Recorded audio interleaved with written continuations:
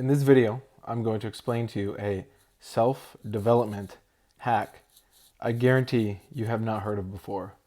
And if you actually want to change yourself, you actually want to start letting go of things in your mind that aren't helping you, you actually want to commit to a new way of living, right? This video will blow your mind.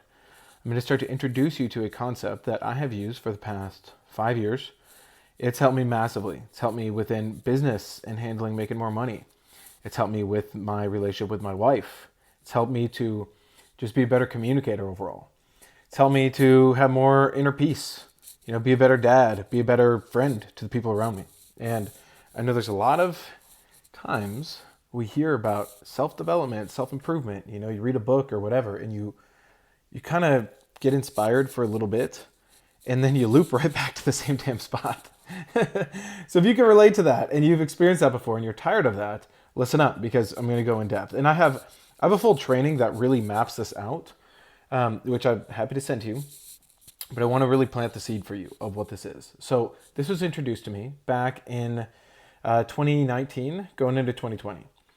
Now, for all you who don't remember what happened in 2020, that was a very transformative year for the world, right? We had the pandemic happen. We had a lot of just cultural changes going on. And in times of change, what matters is how effective you are as a human. How clear are you? How stable are you? Because if shit hits the fan, and now you hear, let's say there's some new pandemic, are you going to go into fear? Or are you going to just go forward with what you've been working on? And it's easier, it's easy to say that, right? But when real shit hits the fan, that's when it really counts. That's what shows you what's in your mind.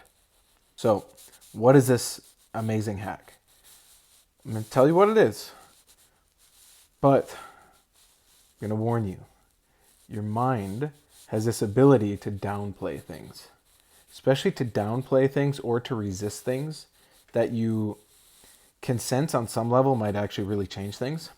Because in a weird way, we're addicted to our comfort zone. And in a really weird way, we're addicted to suffering and struggling through life. So this is what it is. It's called self-forgiveness. And what I mean by that is it's a very specific way of writing out your mind and reprogramming your mind through self-forgiveness statements. And then there's a couple other steps you can take to then actually write out what you're realizing and then commit yourself to a new way of being and a new way of acting. So I don't mean self-forgiveness as just a general blanket statement where you go, okay, yep, I forgive myself. Like that's not going to work because it's not specific. What I mean is very specific, very targeted statements of you actually forgiving yourself. What an idea. I remember growing up and we went to church and it was implied that really the only time I ever heard about forgiveness was related to God and related to religion and maybe something about Jesus, like Jesus will forgive you for your sins or something like that. But it was never shared with me really practically how I can take that on and as a human being right now in, this modern era, actually let stuff go from my life. So here's how you do it. I'll tell you at a very high level. There's a whole free course that explains this. I have more videos that give you in depth with this. But again, I want to share this because I know a lot of you are walking around still judging yourself for your past. You're still overthinking things. You're still beating yourself up. You're still frustrated with things, right? A lot of you that I talk to and that reach out to me, you have kids or you have a family and you have a partnership or wife or whatever. Maybe that fell apart and now, you're going through divorce. But if you keep holding on to the same things, I promise you will keep creating the same thing in your life. You will keep creating the same old loop. I was talking to someone about this earlier today. He said, it's like, I know what I need to do because I've read the books, I've listened to the podcast. I know what I need to do, but my body does something different. Isn't that interesting? So look in your life. Where are the times where you know what to do, but you do something different? And then obviously that creates sabotage, okay? That would be a moment where you would start to forgive yourself. So again, I'm not going to go in depth into how to do all the details, but I'll at least share this with you so you can see there's a jumping off point. The statement is, I forgive myself that I have accepted and allowed myself to blank. And what you want to put in for that blank is something very specific. Think of the last time you got pissed. Okay? This is a pretty easy thing to come up with. Let's say a couple days ago, you were having a conversation with someone, they didn't understand you fully, and you got a little bit irritated. Here's what you would do in that moment. Because do you want to be pissed? Like, do you actually want to be pissed in that situation? Or wouldn't it be nice if you just weren't pissed? And then you just found 10 different ways to get the point across to the person. So you actually get the result you want. Isn't that what you'd rather have? So why are you emotionally reacting to that? Well, probably because there's some shit from your past that pissed you off too, okay? So here is the point. You would say, I forgive myself for accepting and allowing myself to get pissed at, this person when we were talking. And you want to be specific. This is what makes this actually work, is when you get specific and you actually mean it. Now, when you get to the end of that line, saying, hey, I forgive myself for accepting and allowing myself to be pissed at my wife, when we were talking about, our finances. Okay, cool. Then you ask yourself, why? Why did that happen? Okay, why was I pissed? Felt like she wasn't listening to me. Okay, I forgive myself that I've accepted and allowed myself to believe my wife wasn't listening to me. Why did I think that? I don't know. Just feel like she always doesn't listen to me. Okay, got it. Now you can go deeper. You say, okay, I forgive myself for accepting and allowing myself to believe my wife is never listening to me, even though I realize she can hear me. Okay, why is this happening? And all of a sudden you'll start peeling back the layers like an onion, and you will start to realize shit from your past. When you do this right, the way you know your self-forgiveness is accurate is you will either feel a release from your body, you will gain insight, or you'll have a moment where you have deeper understanding of yourself, and you have deeper clarity on what is actually going on in your mind. Now, I'll just give you a little reference. When I learned this, it took me maybe a month to actually get the hang of it. And then I remember one night, my mind was racing and I was trying to go to sleep and I couldn't fall asleep. And I kept thinking about the self-forgiveness thing because I was starting to see like, okay, yeah, I'm holding on to a lot of shit I got to let go of. But I didn't really know what to do. And so I was laying in bed and I just said out loud. And by the way, you got to say the self-forgiveness out loud. It doesn't work if it's just in your mind. Because think about it. It's you using your voice as sound to forgive yourself. It's like you're able to take these ineffective patterns you're holding onto literally in your body and your mind and get it out through sound. So when it leaves, guess what? Now there's one less layer of chaotic energy within you. You let go of enough of that, you see yourself for real. Like you as who you are, as a being, or some people call it a spirit, starts to come through more. Because you're not trapped in these little mind dimensions. You're actually here. That's what this will turn into. But I was laying in my bed. And I was just like, okay, well, I forgive myself that I accepted and allowed myself to let my mind race. And I was like, okay. I forgive myself that I accepted and allowed myself to overthink trying to fall asleep. Okay, I forgive myself that I've accepted and allowed myself to never make peace with sleeping. And I just kept going and going and going and going. And I'm like 20 minutes later, I'm like, holy shit, I feel like I'm a new human right now. Like I went through so many layers of things and I was just laying there and my mind was blown. And then, I fell asleep, whatever, but I woke up the next morning and I felt different. It's like, dude, what was that? And so then now I basically have built it into a daily practice. And again, there's a free course. It's called DIP Light. It's amazing. It actually explains how to do this. And it gives you a ton of foundation before you get into the forgiveness statements. But there's blogs written on this. I have some friends who've been writing blogs on this for like 7 years. Like it goes so deep. And again, nobody's really talking about this in the self-development world. Sure, sometimes people will say, oh yeah, you got to forgive yourself. But they don't give you a specific way to do this systematically every day. Because think about it. Every day that goes by, you are accumulating compound interest in your life. But I don't just mean with money. I mean with how your mind works. You're either accumulating compound interest, or let's say a debt, really, of you participating in bullshit. You having thoughts that aren't helpful. You having feelings that aren't helpful. You having a whole damn conversation in your mind of how you thought things should have gone differently. That is literally eating away at you. It's like a parasite, right? Shouldn't that concern you? You're like, whoa, whose voice is this in my head?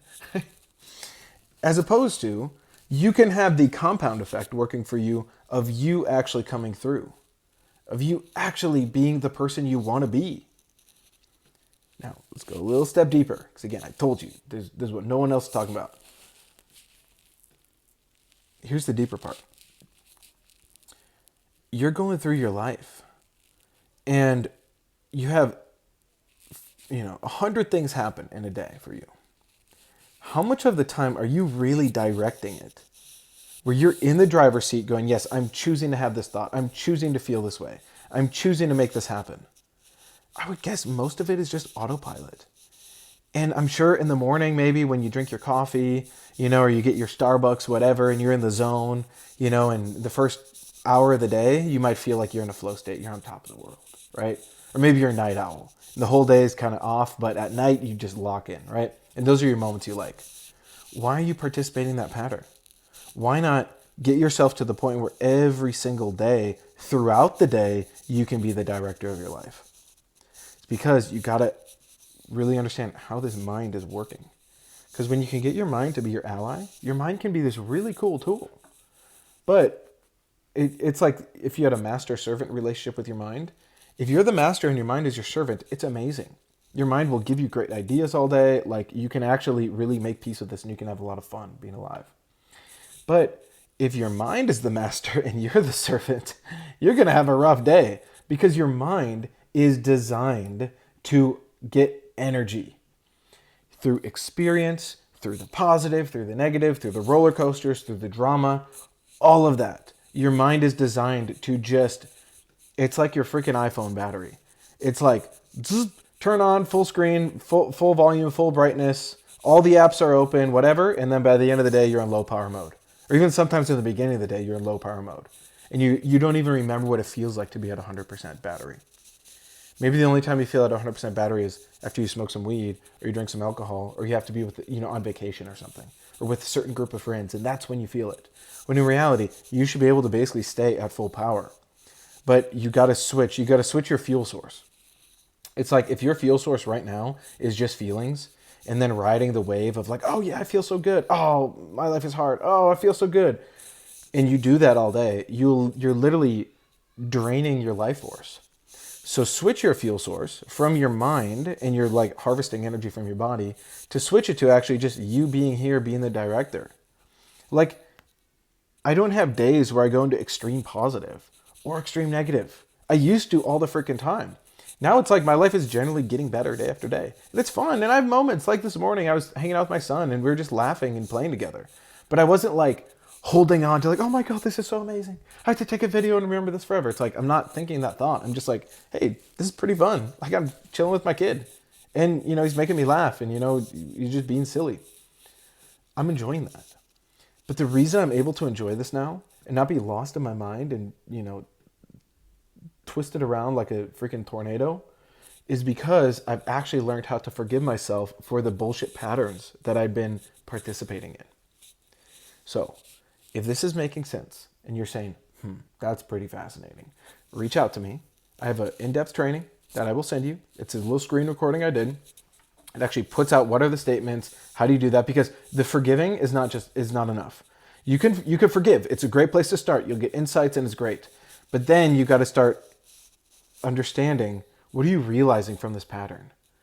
Like, a lot of this stuff, a lot of the times you get mad, it's because there's stuff from your childhood and your past that you're still holding on to. A lot of it's really from age 0 to 7. Most people don't remember that time in their life though, or they have like a few key memories. But the more you do this, the more your mind clears out, the more space you have, the more awareness you have. And when you have that, you can start to really pinpoint the stuff from your past that's holding you back. You can actually let it go. You don't forget it. It's not like you wipe your memory, but you can look at the memories and it doesn't have the same charge to it. You ever had a memory that has a charge to it? Right? I guarantee you have. First time you ever fell in love. First time you ever had your heart broken. First time you fell off your bike and got hurt. First time you ever experienced humiliation. First time you ever experienced shame. First time you ever experienced guilt. Money, that's another big one that people have a charge to. If you want to get rid of that charge, this is how you do it. Okay? There's a lot of people out there claiming, oh yeah, if you just stay positive, if you just motivate it, that works. No, it doesn't. It will wear off every single time. You know that. The real thing is you have to change the patterns within. And what I'm telling you, the self-forgiveness process and then the self-commitment process to a new way of living, that, my friends, that will stick with you, okay? So again, if you're interested in this, reach out to me. I'll send you the trainings. And then I have my own writings. I have tons and tons of writings I could share with you. So it almost serves like training wheels. So you can read that out loud to yourself, because a lot of our patterns are similar. Like a lot of the fears that I've had in my life are going to be similar to your fears, right? Of course, there's going to be little different ones. Like maybe I'm really scared of sharks, right? And you're not scared of sharks. Or maybe you're really scared of heights and I'm not scared of heights. But in general, the fear of loss, the fear for our survival, that is hardwired into all of us. And here's the coolest part. You can actually get rid of it, but it takes time and it takes effort. It takes a very specific process to root out all of that. Okay? So, enjoy. Reach out to me if you resonate with this.